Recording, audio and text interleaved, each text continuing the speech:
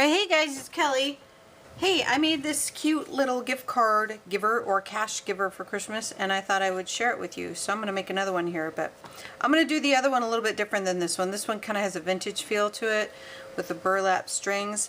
But what it is it's a celebrated bag, and these are the 3.5 by 2 inch by 6 3/4 inch bags. I really love these bags. They're the best, and I get them from Michael's. So, and I just used some of my Christmas paper from my stash, and I've made these before, kind of bigger versions, filled them with candy for teachers and stuff. But this one has a little bit of a different twist on it. So I used some frayed burlap ink around the edges of all the papers and just cut them to size what looked nice, and then I used the Recollection detail embossing powder in snow. And this was kind of a boo-boo, even though I used my anti-static little pillow thing so that the embossing powder wouldn't get on the distress ink. I made sure it was dry. It still got on there, and I thought, you know, that'll look kind of cool, kind of like snow along the edges, so I just let it happen. So it was nice. I kind of hoped it would have happened down here too, but it didn't. So that was a good surprise. And just stamped and embossed some fun stuff on here, and just used some paper. And then just attached some paper on the inside, some paper strips with some score tape, and you can hang it on the tree. You could just hang it on the tree with this, or you could use one of these cool little hooks that I get and hang it like that from the tree. And then you put your cash or your gift card or whatever else you would like inside. Okay? So I'll be right back. I'll show you how to make another one with some different colors. Alright, so here we go. I'm showing you those celebrated bags. I decided to use black ones, and I chose some fun paper with some mittens on it. So I'm just kind of making sure that all my creases are good and tight on there. And this is so easy to make. A lot of it is just kind of eyeballing it. I mean, you do some measuring, but you know, you guys kind of know what kind of border you want, and it kind of depends on the paper. So for that front flap, under that pocket, I used 3 3/4 and made a square. So 3 3/4 square, and that worked out fine. Obviously the paper didn't have to go all the way underneath the pocket because you're not even going to see it. So I just went a little bit down the pocket, and then I line it up. And because those mittens have those cute little marks on it, of course I got to get my white gel pen and do a border, so I gave myself enough room on the black bag to do the border. The top of the bag is ruffled, and that's really cute. I kept it on there for the last one that was kind of vintage feel, but I wanted straight lines for this one because I was going to add that faux stitching all around it, and you'll see later. So, and then I'm just measuring that, and I think I did that 1 3/4 by 3 3/4. But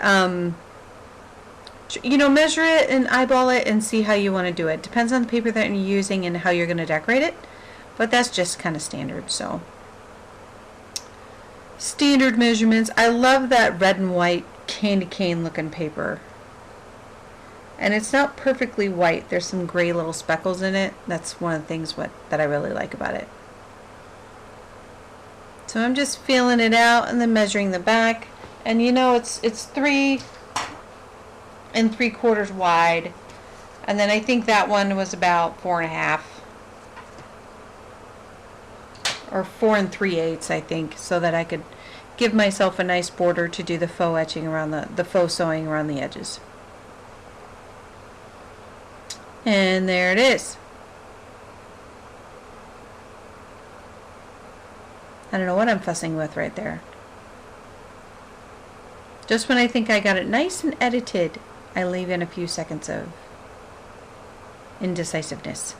Oh, I think what it was is it was a little bit too boring just leaving the paper. That's what it was. So I did about an inch and a quarter or so, and I just wanted that little strip of that red and white striped paper at the bottom. That's what I was doing. I was like, it's too boring. So I decided to finish off the bottom with another strip.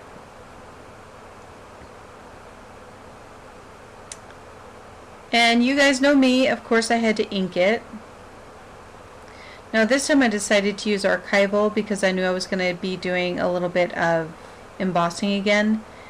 And it would have worked either way, but I really liked how on the one that I showed at the beginning, it kind of looked like it was snowing around it. That was a really cool mistake, but I just decided to go with archival for the sake of this one, this video that I was creating for you. And I just zip around them all real quick. I'll just show you a little bit of it, and then for those who are new to it, you just do it real light. It adds a little bit of a shadow and kind of makes it pop. So I'm showing you my score tape. I've got 1/2 inch score tape and 1/4 inch score tape. You don't have to have score tape. That is the best in my opinion. It holds the longest and the strongest. But the score tape is for when I'm keeping the bag together, and I'll show you that. Otherwise, I'm just using my ATG to adhere everything. But the score tape is what I use to put the pocket down. And to keep my ribbon or burlap, whatever you choose to use, to keep that in the bag too. I'll show you how we do that. So I'm just adding that little decorative piece on top of my pocket front. And then, oh yeah, on the back. So just assembling it how I like it. And you can go crazy with these things. You can get all bulky with your embellishments, and I'm just giving you just the foundation of it. Go crazy. I had all kinds of snowflake stickers and just fun stuff that I thought about putting on there. Obviously, I wanted to put some charms on there, and I might on a couple of them. But a lot of these things kind of go to guys, and they're kind of not into charms. So I kind of left it neutral, and then depending on who gets which one, then I'll decide what to do.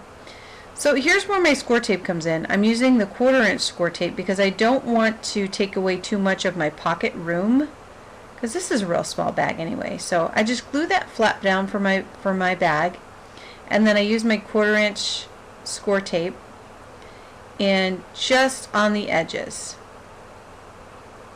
just on the two sides there, because I mean if I use the 1/2 inch, then I'm going to lose a big portion of that pocket. And if you want to put like a tag in there, like who this gift is to, that kind of stuff, I'll show you.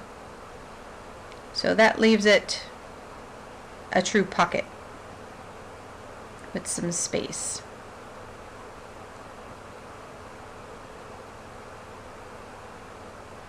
And now I'm just cutting the inside flaps, and there's really no, however you guys want to do it. I mean, it's 3 3/4 wide on the inside is the measurement to use for that. But I just went, I think, 1.5 inches down the bag, and that worked out just fine, just to hold my ribbon in place. So it's going to go right on the inside like that. If you want to fill the whole bag, by all means do that. It's just no need to waste that paper in my opinion. I just have some really thin ribbon from my stash, and I measured it at 16 inches, 8 inches on both sides. And I thought that was a good measurement for hanging it on your tree or a doorknob.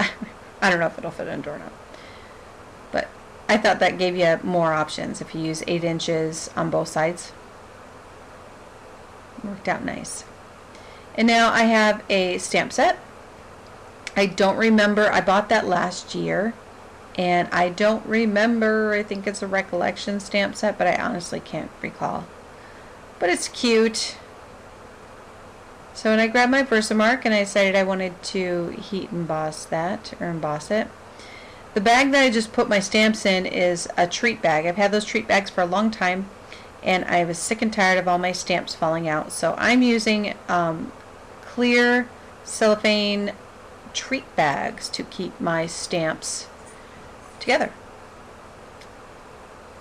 It's not the best storage thing, but that's what I'm doing for now. I keep them in a basket and they're all organized that way, but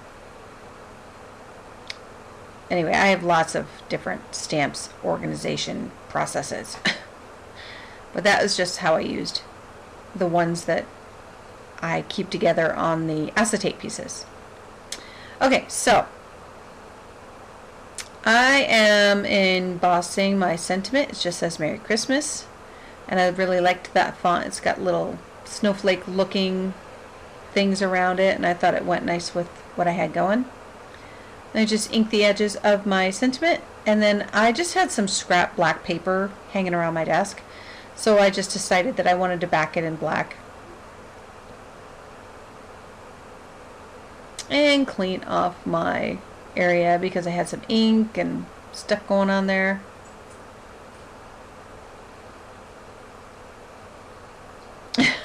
I dried it with my heat tool. How crazy is that? Anyway. So, and I liked how that looked. That embossing powder is detailed embossing powder in ebony from Recollections. I really like how fine it is. And I did the faux stitching all around, and I also did it around the sentiment. And then once I did that, I decided what kind of tag type of thing am I going to put in my bag. And I had a couple options, and I kept them both in here just so you could see them both. It really is just a matter of personal preference. I knew I had a stamp that said to and from, and it had some edging around it, and I thought, oh, that might go quite nicely. And it does. It looks nice, but it kind of takes up a lot of the focus, and you'll see what I mean here in a second. So again, just more of the black cardstock that I had that was on my desk. And I had white cardstock as well. And I was just kind of messing around with what I was going to use. Which one and how big and all that good stuff.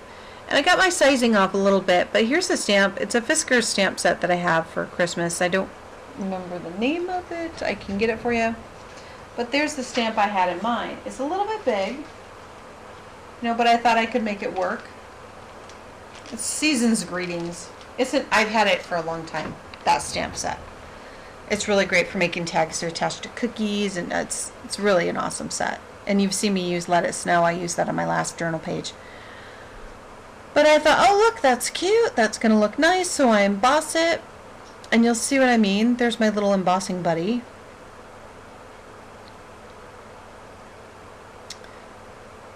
And I wind up embossing it, and although it's okay, it just felt a little big. So we've got a couple options here. And again, like I said, it's just a matter of personal preference. It felt a little too big for me when it was all said and done. But if you hang these things on the tree, it's real quick and easy for people to see whose gift is whose. They shouldn't be sneaking a peek anyway, but you wait and put it on there when they come over. You be sneaky. So I'm really liking making these, and it's so much better to give a gift or like a gift card or some. I don't like giving cash for Christmas, but when your kids get a little bit older, that's exactly what they want. Yeah, but I would rather give gift cards in something that I made and make it it needs some kind of thought put into it and make it more personal. And it's quite clear that it's handmade.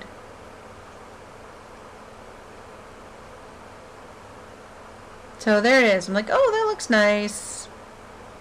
Got enough room at the bottom so it can tuck in there.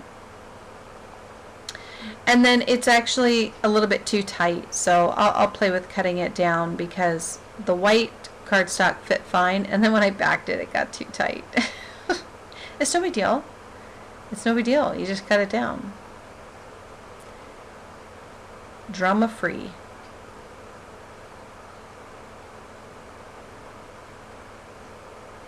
I was so glad that my blade made it through all of these. All of these. I've only made 3 now.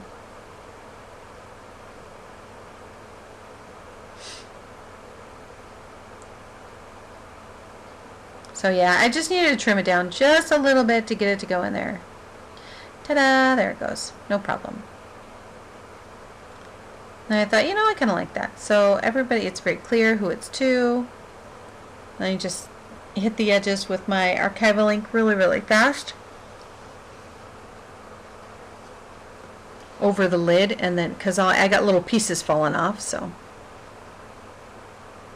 little pieces of my sponge. And I glued it down, and then I don't know, you guys can let me know in the comments if you've got time. I know everyone is so busy this time of year, but you know, which one you like better. I'm going to do another one, and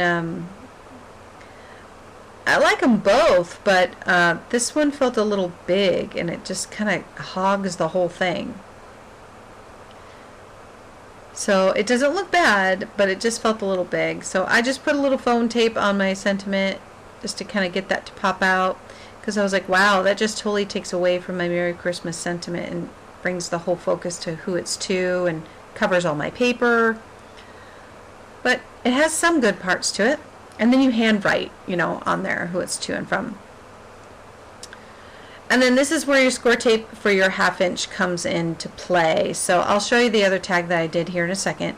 But this is how you attach your ribbon. It's really, really simple for those that haven't done this kind of thing before. You just put your tape down. You only need that 1/2 inch. This is holding either, you know, it's holding things that don't hold a lot of weight. So you don't have to worry about the integrity of it, you know, falling out. I'm not going to put a whole bunch of chocolates in there. If I was doing that, I'd have to do my ribbon a little bit different. So I just put the 1/2 inch score tape, and then the rest I just use my ATG gun, and then I just slap my ribbon on there and put it on the inside. And I've already got my ribbon. Just put it right on there. Super, super simple. And then when you glue it down, it stays put.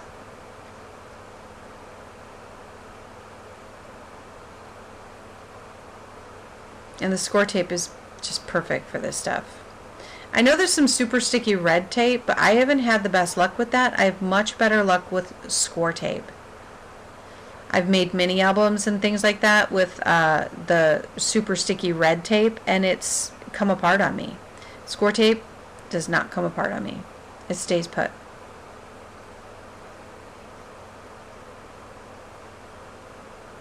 So there's the ribbon.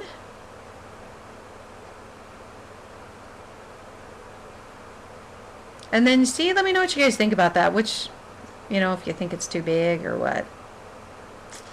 And then I just had my son made a bunch of these cute little angels. He was playing with wire and some beads and stuff, and he made those angels, and I was like, I could put one of those on there later. But if this winds up going to a guy, because it's either one, it would be great for either one, then I don't want to put an angel charm on it. It doesn't make sense to do that. So. But I was just showing you that there's an idea where you can embellish it further. There's tons of ideas, guys. Go crazy. Have fun. But, you know, we're also tight on time during Christmas time. So this is super quick and easy and still looks like you put a whole lot of time and effort into it. So here's the tag option number 2. I just used my angle crocodile and just cut some paper and backed it. It's the same idea, the black and white. And then this is just a stamp set I've had forever and a day that has just a little to and from stamp. Obviously you can handwrite it, but I don't know, I decided to stamp it. I was going to emboss it, and I decided against that. So I thought about Versamark and said, nope, I'm just going to stamp it. I've already got my sentiment embossed, so this can kind of be toned down a little bit. So I stamped it. I did the edges in the ink again. Just archival, super quick.